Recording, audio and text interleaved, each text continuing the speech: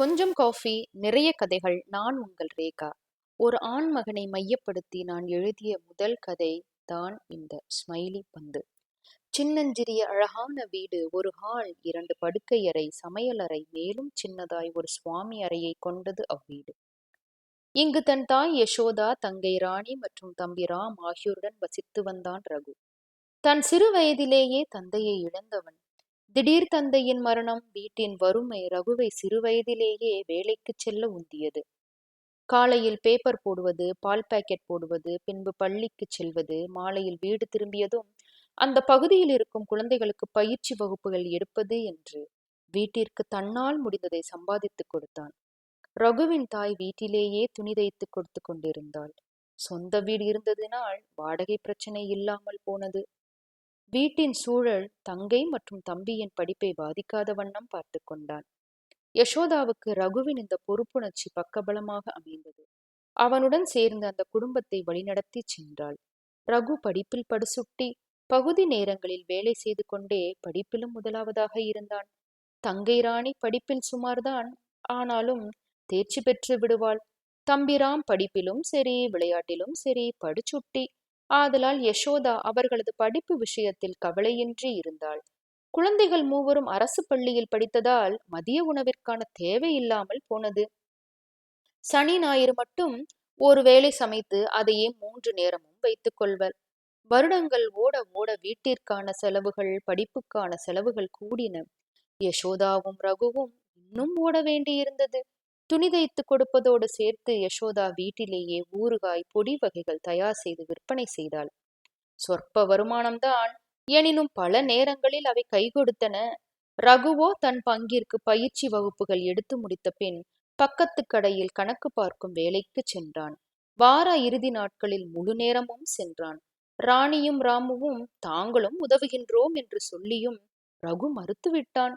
படிப்பில் மட்டும் கவனம் செலுத்துமாறு கூறினான். தாயும் சொல்லி பார்த்தாள், ஒன்றும் எடுபடவில்லை. ராணி பருவம் அடைந்தாள். ரகுவும் யசோதாவும் தங்களது சக்திக்கு என்ன முடியுமோ அதை கொண்டு வீட்டிலேயே சிறப்பாக விழா நடத்தி முடித்தனர். அக்கம் பக்கத்தினர் மற்றும் சில நெருங்கிய உறவினர்கள் மட்டுமே அழைக்கப்பட்டிருந்தனர். விழாவிற்கு வந்தவர்கள் அனைவரும் ரகுவை பார்த்து ஒரு தந்தை ஸ்தானத்தில் பொறுப்பாக வீட்டை வழி நடத்துகின்றான் என்று பாராட்டினர். யசோதா கண்கலங்கி உருகி போனாள். ரகு நல்ல மதிப்பெண்களுடன் பள்ளி படிப்பை முடித்தான். தங்கை 8ஆம் வகுப்பிலும் தம்பி 6ஆம் வகுப்பிலும் இருந்தனர். பக்கத்து ஊரில் இருக்கும் கல்லூரியில் படிக்க இடம் கிடைத்தது. அவன் எடுத்த மதிப்பெண்ணுக்கு உதவித்தொகையும் கிடைத்தது. எனினும் தான் செய்யும் பகுதி நேர வேலைகளை அவன் விடவில்லை. வயதின் காரணமாக யசோதாவால் முன்பு போல் தையல் வேலைகளை செய்ய முடியவில்லை. எனினும் மற்ற வேலைகளை தொடர்ந்து செய்து கொண்டிருந்தாள். ரகு இயற்கையிலேயே மிகவும் சாந்தமான சுபாவம் கொண்டவன். எப்பொழுதுமே ஒருவித புன்னகை அவன் முகத்தில் இழையோடும். பிறர் மனம் புண்படும்படி பேசாதவன். இதனாலேயே அவனை அனைவருக்கும் பிடிக்கும். அவன் குடும்ப சூழ்நிலை ஆதலால் மிகவும் எளிய உடைதான் அணிவான். அதுவே அவனுக்கு பாந்தமாக இருக்கும். டே ரகு, சீக்கிரம் வாடா, காலேஜுக்கு நேரம் ஆகுது. இப்ப விட்டா அடுத்த பேருந்து வர இன்னும் நேரமாகும் என்று ரகுவின் நண்பன் சுதாங்கன் கூறினான். இருவரும் ஒன்றாக பள்ளியில் படித்துவிட்டு இப்பொழுது கல்லூரியிலும் ஒன்றாக பயிலப் போகின்றனர். ரகுவை பற்றி அனைத்தும் அறிந்தவன். வேகமாக ஓடி வந்து சுதாங்கனுடன் பேருந்தில் ஏறிக்கொண்டான். பேருந்தில் ஏறிய ரகு கூட்ட நெரிசல் காரணமாக படியிலேயே நிற்கும்படி ஆயிற்று. அவன் பேருந்துக்கான பாஸ் வைத்திருந்ததனால் பயணச்சீட்டு தொல்லை இல்லை.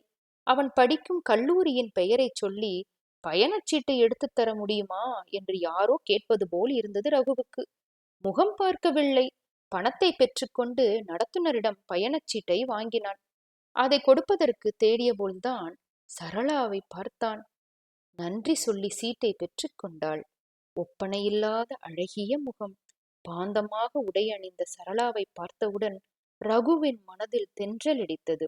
ஆனாலும் காட்டிக்கொள்ளவில்லை. பேருந்தை விட்டு இறங்கியதும் சுதாங்கனுடன் வகுப்புக்கு சென்று விட்டான். கல்லூரியின் முதல் நாளாச்சே, அந்த சந்தோஷம் வேறு. வகுப்பில் சுதாங்கனுடன் ஓரிடத்தில் அமர்ந்து கொண்டான். சரளா அதே வகுப்பிற்குள் பிரவேசித்தது அவனுக்கு ஆனந்தமாக இருந்தது. சரளா அவனை பார்த்து புன்னகை புரிந்துவிட்டு வேறொரு இடத்தில் அமர்ந்தாள். ஏனோ ரகுவுக்கு அவளை பார்த்து கொண்டே இருக்க வேண்டும் போல் தோன்றியது. ஆனால் தன்னைத்தானே அடக்கிக் கொண்டாள். தினமும் பேருந்திலும் சரி, கல்லூரியிலும் சரி, சரளாவுக்கே தெரியாமல் அவளை பார்த்து கொண்டான். ஆனால் எவ்விதத்திலும் தன் படிப்பை பாதிக்காவண்ணம் நடந்து கொண்டான். சிறிது நாட்களில் சரளா அவனுடைய நட்பு வட்டாரத்திற்குள் வந்தாள். சுதாங்கனுக்கு கூட ரகுவிற்கு சரளாவை பிடிக்கும் என்று தெரியாது. ரகசியமாக வைத்துக் கொண்டான். ரகு நன்றாக படிப்பான், மரியாதையாக நடந்து கொள்வான். அதனாலேயே அவனுக்கு அவ்வகுப்பில் ஆண் பெண் பாகுபாடற்ற நட்பு வட்டம் அதிகம். ரகுவுடைய குடும்ப சூழ்நிலை அனைவருக்கும் தெரிந்ததே. நண்பர்கள் கூட்டமாக வெளியே செல்லும் பொழுது ரகுவை அழைப்பர். அவனுக்கான செலவை தாங்களே பார்த்து கொள்ளுவதாகவும் கூறுவர். அவன் வம்பாக மறுத்து விடுவான். வறுமை எதை கற்றுக் கொடுத்ததோ இல்லையோ, சுயமரியாதையையும் தன்மானத்தையும் ரகுவிற்கு கற்றுக் கொடுத்திருந்தது. அன்று சுதாங்கன் கல்லூரிக்கு விடுப்பு என்று ரகுவிடம் தெரிவித்தான். ஏனோ ரகுவிற்கு ஒரே படபடப்பு தான். சரளாவுடன் தனியாக பயணம் செய்ய போகிறோம் என்பதினாலேயோ என்னவோ. டே ரகு, ஏண்டா இப்படி படபடப்பா தெரியுற? என்னடா ஆச்சு? உடம்புக்கு எதுவும் முடியலையா என்று யசோதா கவலையுடன் கேட்டாள். அதெல்லாம் ஒன்னும் இல்லம்மா என்று வாயில் வந்த ஏதோ ஒன்றை சொல்லிவிட்டு அவசரமாக கிளம்பிவிட்டான். பேருந்து நிலையத்தில் சரளாவுக்காக காத்திருந்தான். அவள் வரவும் பேருந்து வரவும் சரியாக இருந்தது. இருவரும் பேருந்தில் ஏறிவிட்டனர். பேருந்தில் அனைவரும் இருந்தாலும் ஏனோ தான் சரளாவோடு தனியாக பயணிப்பது போல் ஒரு ஆனந்த உணர்வு ரகுவிற்கு. பேருந்தில் ஒலிக்கப் பெற்ற காதல் பாடல்கள் அனைத்தும் தனக்கானதாக நினைத்து கொண்டான். அப்பயணத்தை வெகுவாக ரசித்தான். கல்லூரியிலும் அதே நிலைதான். என்னடா ரகு, இன்னைக்கு ஒரு மார்க்கமா இருக்க, என்ன விஷயம் என்று ஒரு நண்பன் கேட்டே விட்டான். ஒண்ணுமில்லை என்று கூறிவிட்டு துணுக்குற்றான் ரகு. நான் என்ன செய்கின்றேன் என்று தன்னைத்தானே கடிந்து கொண்டான். மாலையில் பேருந்து பாதி வழியிலேயே நின்றுவிட்டது. சரளா பயந்து விட்டாள். ரகு அவளை ஆசுவாசப்படுத்தி தன்னுடன் அழைத்துச் சென்றான். சரளாவுடன் நடந்த ஒவ்வொரு நொடியையும் இனித்தது அவனுக்கு. மனதில் தென்றல் அடித்தது. அன்று இரவு தன் கையேட்டில் அந்த ஒரு நாள் பயணத்தை கவிதையாக வடித்தான். அதை யாரும் அறியா வண்ணம் மறைத்து வைத்தான். வருடங்கள் ஓடின. ஒவ்வொரு வருடமும் சரளாவின் பிறந்த நாளுக்கு கவிதை எழுதிச் எடுத்துச் செல்வான். ஆனால் கொடுக்க மாட்டான். நிறைய கவிதைகளை பத்திரமாக மறைத்து வைத்திருந்தான். கல்லூரியின் இறுதி ஆண்டு பிரிவு உபச்சார விழாவிற்கு அன்று ஏற்பாடு செய்யப்பட்டிருந்தது. சரளா மீண்டும் பார்க்க இயலாது என்ற எண்ணம் ரகுவை வாட்டியது. முதல் நாள் இரவு சரளாவிடம் தன் விருப்பத்தை தெரிவிக்க ஒரு கவிதையை எழுதி தன் கைப்பையில் வைத்து கொண்டான். அதோடு சேர்த்து தான் அவளுக்காக வடித்திருந்த மற்ற கவிதைகளையும் எடுத்து வைத்தான். இதை தாய் யசோதா கவனித்து விட்டாள். வெகு நாட்களாக மகனிடம் உள்ள மாறுதல்களை கவனித்த யசோதா அந்த காகிதத்தை எடுத்து படித்தாள். அதனுடன் இருந்த மற்ற காகிதங்களையும் படித்தாள். இதுவரையிலும் எதற்காகவும் ஆசைப்படாத ரகு இன்று ஆசைப்படுகின்றான். அதை அவனுக்கு செய்து தர முடியாத நிலை. யசோதா வாசித்ததை அவளுக்கு தெரியாமல் ரகுவும் பார்த்துவிட்டான். முதலில் பயப்பட்டாலும் எப்படியும் ஒரு நாள் அம்மாவிடம் சொல்லித்தானே ஆக வேண்டும், பார்த்து கொள்ளலாம் என்று உறங்கிவிட்டான். மறுநாள் காலையில் தன் வேலைகளை முடித்துவிட்டு கல்லூரிக்கு கிளம்பி கொண்டிருந்தான். அப்பொழுது, அம்மா, எனக்கு ஒரு புத்தகம் வாங்கணும், ஒரு 200 ரூபாய் தாங்கம்மா என்றாள் ராணி. அவ்வளவு பணம் இப்ப என்கிட்ட இல்ல. உன் பள்ளியில படிக்கிறவங்க யாருக்கிட்டையாவது பழைய புத்தகம் இருந்தா வாங்கி படி. நம்ம குடும்ப சூழ்நிலை தெரிஞ்சு நீயே இந்நேரம் யோசிச்சிருக்கணும் என்றாள் யசோதா. ராணி முகம் வாடி அவ்விடத்தை விட்டு அகன்று பள்ளிக்கு கிளம்பினாள். ரகுவிற்கு மனம் கனமானது. அம்மா உதிர்த்த நம்ம குடும்ப சூழ்நிலை என்ற வார்த்தை அவனை ஓங்கி அறைந்தது போல் இருந்தது. அம்மா தனக்கும் சேர்த்துதான் சொல்கிறாள் என்று உணர்ந்தான். கல்லூரிக்கு கிளம்பினான். யசோதா வாட்டத்துடன் அவன் போவதைக் கண்டு கலங்கினாள். அவள் சூழ்நிலை அப்படி. என்ன செய்வாள்? ரகு தன் வாழ்க்கையில் முதலாக ஆசைப்பட்ட விஷயம் காதல். அதை இன்று தனக்குள்ளேயே புதைத்து விட்டான். எப்பொழுதும் போல் தன் ஆசைகளை புதைத்து கொண்டு புன்னகையுடனேயே காணப்பட்டான். யசோதா மகன் மாறிவிட்டதை நினைத்து மகிழ்ந்தாள். பாவம், ரகுவிற்கு மட்டும்தான் அந்த வழி தெரியும். கல்லூரி படிப்பு முடிந்து சரளாவும் சுதாங்கனும் மேல் படிப்பு படிக்க சென்று விட்டனர். ரகுவிற்கு குடும்பத்தை பார்த்து கொள்ள வேண்டிய சூழ்நிலை. ஆதலால் மேல் படிப்பு படிக்கும் ஆசையை ஒதுக்கி வைத்தான். அவன் நல்ல மதிப்பெண் பெற்றதால் சென்னையில் உள்ள தனியார் நிறுவனத்தில் வேலை கிடைத்தது. யசோதா முதலில் யோசித்தாள், பின்பு சம்மதித்தாள். இங்கேயே இருந்தால் சரளாவின் நினைவு தன்னை வாட்டும் என்பதால் சென்னை செல்ல உறுதியாக இருந்தான் ரகு. சென்னை செல்வதற்கு முதல் நாள் இரவு ராணியை அழைத்து, ராணிமா, அம்மா தம்பிய நல்லா பாத்துக்க, உனக்கு இப்ப பொறுப்பு கூடியிருக்கு, புரியுதா என்றான்.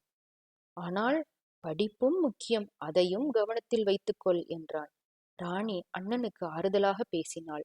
மறுநாள் அனைவரிடமும் பிரியா விடை பெற்று சென்னைக்கு கிளம்பினான். ரகுவிற்கு சென்னை புதிதாக இருந்தது. தட்டு தடுமாறி கற்றுக்கொண்டான். பணியிடத்தில் தன் கவனம் முழுவதையும் வேலையில் செலுத்தினான். தாய் ராணியிடம் உதிர்த்த வார்த்தை குடும்ப சூழ்நிலை உணர்ந்து நடக்கணும் இன்றும் அவனுடைய செவியில் ஒலித்து கொண்டே இருந்தது. நாட்கள் செல்ல செல்ல வேலைப்பளு, குடும்ப பொறுப்புகள் இவை அனைத்தும் சரளாவின் நினைவை மெதுமெதுவாக ரகுவிடமிருந்து குறையத் தொடங்கியது. ராணி பள்ளி படிப்பை முடித்து கல்லூரியில் சேர்ந்தாள். தம்பிராம் பள்ளி படிப்பின் இறுதியில் இருந்தான். ரகு பதவி உயர்வு பெற்று நன்கு சம்பாதிக்கத் தொடங்கினான். வீட்டின் சூழல் மாறியது. தாய் யசோதாவை வம்படியாக வேலை செய்வதை நிறுத்தி வைத்தான். தங்கை திருமண வயதை அடைந்தாள். அவளுக்காக ரகு பணம் சேர்த்தான். தம்பிராம் நன்றாக படித்ததன் பலனாக நல்ல பொறியியல் கல்லூரியில் அவனுக்கு இடம் கிடைத்தது. ஆனால் படிப்பிற்கான கட்டணம் அதிகமாக இருந்தது. சமாளிக்க முடியுமா என்று யோசித்த ரகு வங்கியில் கல்வி கடன் பெறலாம் என்று வீட்டில் தெரிவித்தான். முதன் முறையாக ராம் அண்ணனை எதிர்த்தான். தன்னால் கடனுடன் படிக்க முடியாது என்று உறுதியாக இருந்தான். ரகு எடுத்து கூறி பார்த்தான். ஆனால் ராம் கோபம் கொண்டான். கோபத்தில், உன்னால் படிக்க முடியாத படிப்பை நான் படிக்கப் போகின்றேன் என்று நினைத்து இப்படி சொல்கிறியாண்ணா என்று கேட்டான். தாய் யசோதாவும் ராமை கடிந்தாலும் ரகுவிற்கு ஆதரவாக பேசவில்லை. மௌனம் காத்தாள். முதன் முறையாக ரகு அடி வாங்கினான். எனினும் தன் தம்பி ஏதோ அறியாமல் பேசுகின்றான் என்று நினைத்தான். பாவம், தாயும் என்ன செய்வாள் என்று யோசித்தான். வழிகள் சுமந்தாலும் தன் புன்னகையால் கடந்தான். தம்பியை கல்வி கடனின்றி கல்லூரியில் சேர்த்து விட்டான். தங்கையின் திருமணத்திற்காக வரன் தேட ஆரம்பித்தான். நிறைய தேடலுக்கு பின் ஒரு வரன் அனைவருக்கும் பிடித்தமாக இருந்தது. ராணிக்கு மிகவும் பிடித்திருந்தது. ஆனால் அவர்களின் எதிர்பார்ப்பு சற்று அதிகமாகவே இருந்தது. ரகு ராணிக்காக சேமித்த பணம் பத்தாது என்று அறிந்தான். ரகு சூழ்நிலையை ராணிக்கு எடுத்துரைத்தான். யசோதாவுக்கும் ராணிக்கும் அந்த சம்பந்தத்தை விட மனம் இல்லை. ராணி கோபத்தில், ராமுக்கு செய்கிறாய், எனக்கு செய்ய யோசிக்கிறாயே அண்ணா என்றாள். ரகு வருந்தி போனான். ஆனாலும் அவன் புன்னகை மாறவில்லை. தங்கை மேல் கொண்ட பாசத்தினால் சிறப்பாக அத்திருமணத்தை நடத்தி முடித்தான். தங்கை மாமியார் வீட்டுக்கு செல்லும் போது முதன் முறையாக கண் கலங்கினான். அனைவரும் அவனை ஆசுவாசப்படுத்தினர். நாட்கள் ஓடின. ரகு ராமுக்காகவும் ராணிக்காகவும் வாங்கிய கடனுக்காக ஓட ஆரம்பித்தான். ராமு படித்து முடித்து வேலைக்கு சென்றான். ஆனால் சொற்ப பணமே வீட்டுக்கும் தங்கை திருமணத்திற்கு வாங்கிய கடனுக்கும் கொடுத்தான். ரகுவுக்கும் யசோதாவுக்கும் ஏமாற்றம்தான். யசோதா ராமிடம் ஏன் இப்படி செய்கிறாய் என்று கேட்டாள். ஆனால் ரகு மௌனமாக சென்று விட்டான். குடும்பத்திற்காக ஓடி தன்னை பற்றி இது நாள் வரையும் யோசிக்காத ரகு முதன் முறையாக தனக்காக யோசிக்க ஆரம்பித்தான். 30 வயதை கடந்து விட்டான். யசோதாவிடம் தனக்காக வரன் பார்க்கும்படி கூறினான். தனக்கும் ஒரு வாழ்க்கை இருக்கு என்பதை யசோதாவிடம் சொல்லாமல் சொல்லிவிட்டான். இது நாள் வரை மற்றவர்களுக்காக ஓடியவன் இன்று முதல் தனக்காக வாழ ஆரம்பித்தான். அன்று தனக்காக நேரம் எடுத்து அமைதியாக கடற்கரையில் போய் அமர்ந்தான். தனக்கு பிடித்த வேர்க்கடலை பொட்டலத்தை வாங்கி சாப்பிட்டான். சாப்பிட்ட பிறகு அந்த காகித பொட்டலத்தில் இருந்த ஒரு சிறு தொகுப்பு அவன் பார்வைக்கு தென்பட்டது. அந்த தொகுப்பை வாசித்தான். என் பெயரோ புன்னகை பந்து, ஆனால் என் புன்னகையோ விசித்திரமானது. குழந்தைகள் என்னை எரிந்து விளையாடுகின்றனர், வலிக்கிறது, இருந்தும் புன்னகைக்கின்றேன். முதியவர்கள் கைவிரல் அசைவுக்காக என்னை பிழிகின்றனர், வலிக்கிறது, இருந்தும் புன்னகைக்கின்றேன். ஐந்தறிவு ஜீவன்களோ என்னை கடித்து குதறுகின்றன. வலிக்கிறது, இருந்தும் புன்னகைக்கின்றேன். இதை படித்து முடித்ததும் தானும் ஒரு புன்னகை பந்துதான் என்று நினைத்த ரகு புன்னகைத்தான். இனி தனக்காக வாழ வேண்டும் என்ற புன்னகையோடு கடற்கரையில் இருந்து கிளம்பினான் ரகு. இது போன்று வேறு சில கதைகளுடன் உங்களை மீண்டும் சந்திக்கின்றேன்.